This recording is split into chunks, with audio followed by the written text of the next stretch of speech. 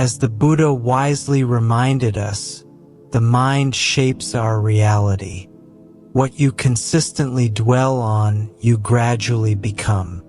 When life feels unstable, when tomorrow seems uncertain and your chest feels heavy with unspoken worry, it is often not the outer circumstance that overwhelms you, but the restless movement of your own thoughts. The endless inner dialogue, the imagined disasters, the constant "what if" scenarios turn the mind into a battlefield. Yet the true conflict is rarely outside, it unfolds within. Buddhist wisdom offers a timeless refuge in the middle of modern chaos. It teaches that tranquility is not something to hunt for in achievements, possessions, or approval. Peace is a return, an inward homecoming to the quiet awareness that has always existed beneath the noise, waiting patiently to be remembered. One profound insight from Buddhist teaching is that thoughts are not necessarily facts. The mind can behave like an untamed monkey, leaping from anxiety to insecurity, from memory to fear, weaving dramatic stories from fragments of the past. During difficult seasons, these thoughts grow louder and more persuasive. I'm not capable. Everything is collapsing. I'll never recover. But a thought's intensity does not make it true. Thoughts are mental patterns shaped by repetition, often rooted in old wounds rather than present reality. Instead of automatically believing every idea that appears, you can learn to witness them. Imagine your thoughts as clouds drifting across a wide sky. Some are dark and stormy, others light and fleeting, yet none remain forever. You are not the clouds. You are the open sky itself, the steady awareness in which all thoughts arise and dissolve. When fear surfaces, gently remind yourself, this is only a thought, not my identity. Breathe, observe, and allow it to pass. This is mindfulness, the art of sitting beside the rushing river of the mind without being swept away by its current. Another essential teaching is the power of the present moment. Much of our anxiety is born from abandoning the now and wandering into imagined futures. We predict failure, rejection, disaster, scenarios that may never unfold. Yet the future exists only as a projection.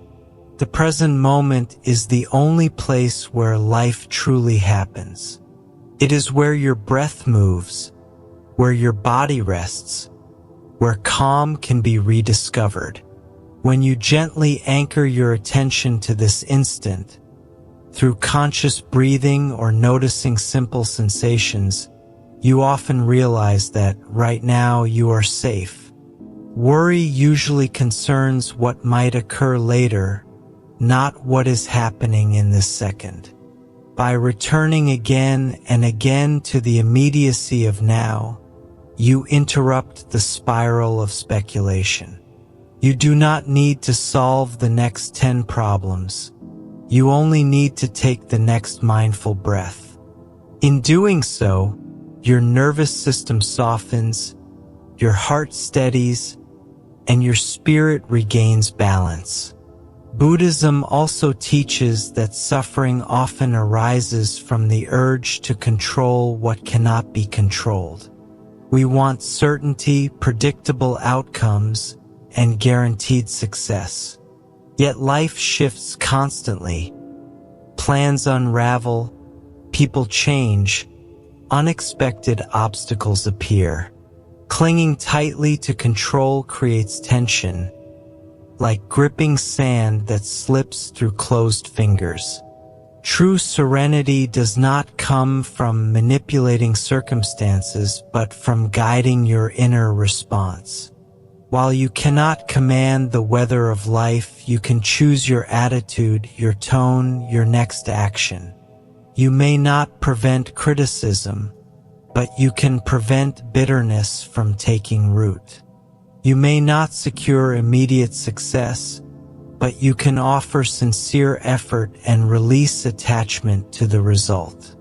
This balanced composure, often called equanimity, is the steady center that remains grounded even when events feel turbulent. Strength is not domination over the world. It is mastery over your reactions. When reflecting on past hardships, it is easy to wish they had never occurred. Moments of grief, disappointment, or loss may have left you feeling fractured. Yet those painful chapters were not meaningless. Just as a seed must push through heavy soil to reach sunlight, your struggles have shaped your resilience. Each challenge required courage, even if you did not recognize it at the time. Suffering revealed hidden endurance, deepened empathy, and cultivated patience. In Buddhist thought, adversity can be transformed into wisdom, like turning poison into medicine. The very experiences that seem to break you may have strengthened your compassion and clarity. Without sorrow, joy would not feel as precious. Without failure, success would not feel as meaningful. When you honor your past as a teacher rather than an enemy, you reclaim its lessons and move forward wiser and softer at the same time. Another gentle reminder is that not every stimulus deserves a response. Reacting impulsively to every criticism, inconvenience, or fleeting emotion drains your inner energy. Imagine your mind as a still lake. When a pebble drops, ripples form but eventually fade. If the surface is already agitated, even a small disturbance becomes a storm. By cultivating inner calm, you reduce unnecessary reactions. When confronted with harsh words, pause. Notice the surge of anger or hurt without immediately acting on it. Often, restraint preserves your peace more effectively than retaliation. Daily irritations, a traffic delay, a rude remark, an unmet expectation do not require emotional upheaval. By allowing minor disturbances to pass without feeding them, you conserve clarity and protect your heart from needless strain. Reframing challenges as pathways rather than barriers is another transformative practice. Difficulties may appear like dead ends, yet they can redirect you toward unexpected growth. An obstacle is not always a sign to retreat. Sometimes it invites adaptation and creativity. When a plan collapses, you might discover new strengths or opportunities that would otherwise remain hidden. By shifting from resistance to curiosity, you begin asking, "What can this teach me?" instead of, "Why is this happening to me?"